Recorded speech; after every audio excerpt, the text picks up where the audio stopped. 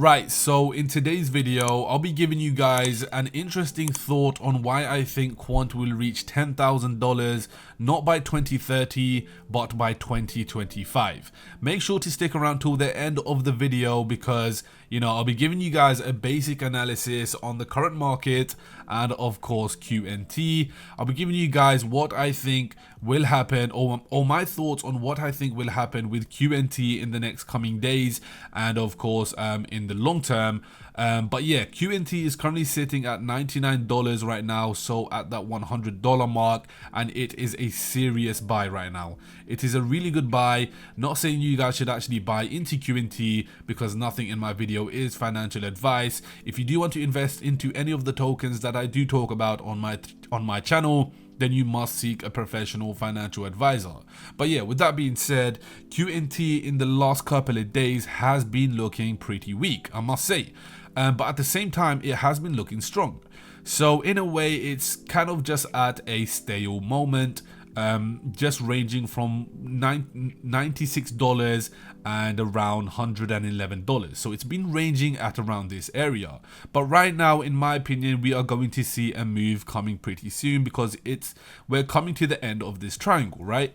And of course, whether it goes up and down, we will have to see. But of course, with the analysis that I can take from this is that, QNT is definitely looking weak. It's already gone down below $100, below $97 from this support line. It's already gone below that, and of course at the same time it's also held above it on the daily. So at the same time, it is definitely looking strong on the support line, but it definitely does seem to be looking weak.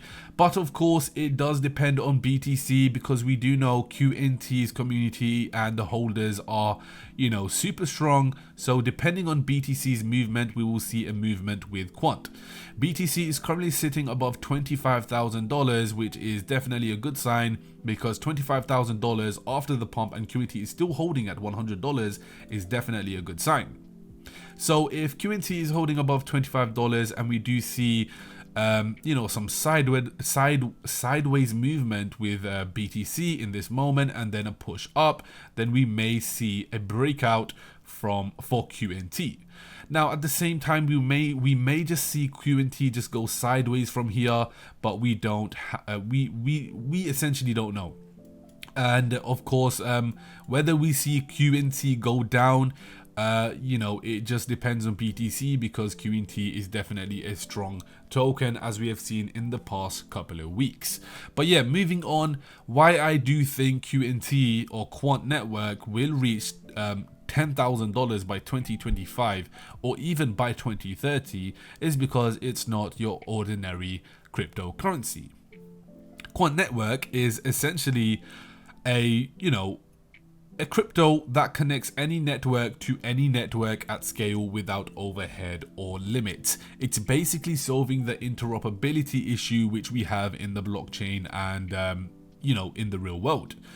Quant pretty much, as you can see from this diagram, it sits above everything else. All institutions, all blockchains, enterprise blockchains, banking APIs, payment APIs, and of course, all of social media.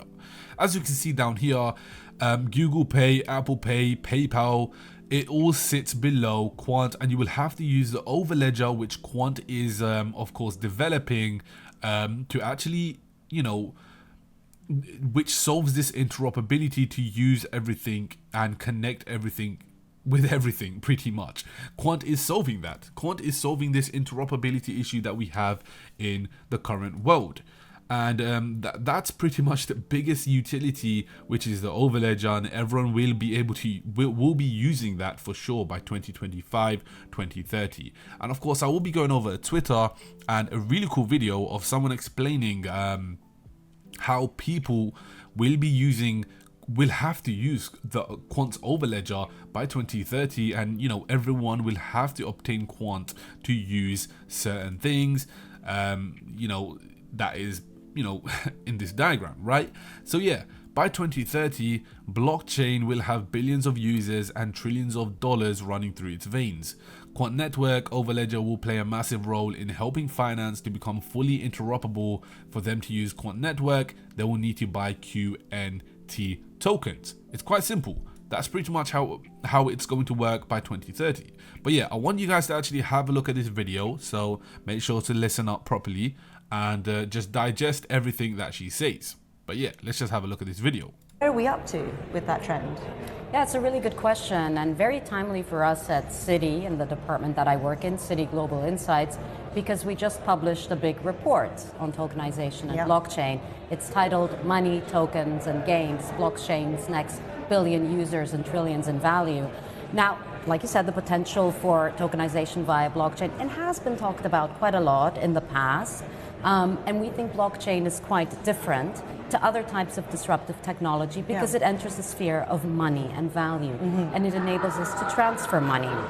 Now, we're not at the point of mass adoption because to be powered to mass adoption, it needs certain things. It needs the support of big ecosystem players as well as their involvement, so sovereign institutions, big financial institutions, big corporations, etc.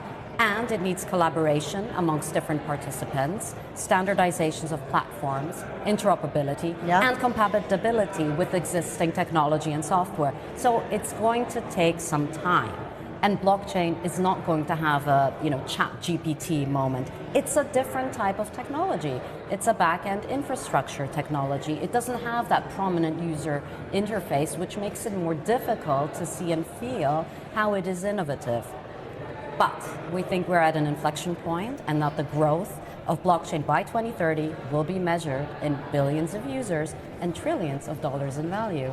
That's very. But yeah, as she mentioned, we're not at the point of mass adoption, and to actually get to that point of mass adoption, right, it's going to take time because everything that Quant is trying to implement with this overledger, and of course for all institutions to actually come together with this idea, it will take time. There is a lot of institutions, payment APIs, blockchains, and just everyone to actually come together to make this work, right? And of course it will take time. And as she said at the end, everyone will have to use Quant or QNT tokens. They will have to buy QNT tokens in the future. And of course with QNT right now, I'm pretty sure the supply is very, very low. I'm pretty sure there is 80% of supply that is already taken up, so it's definitely looking scarce. The scarcity is there. But yeah, with QNT pretty much, that's pretty much why I think it's going to reach $10,000 by 2025, 2030, is because the value that it holds is literally insane, guys.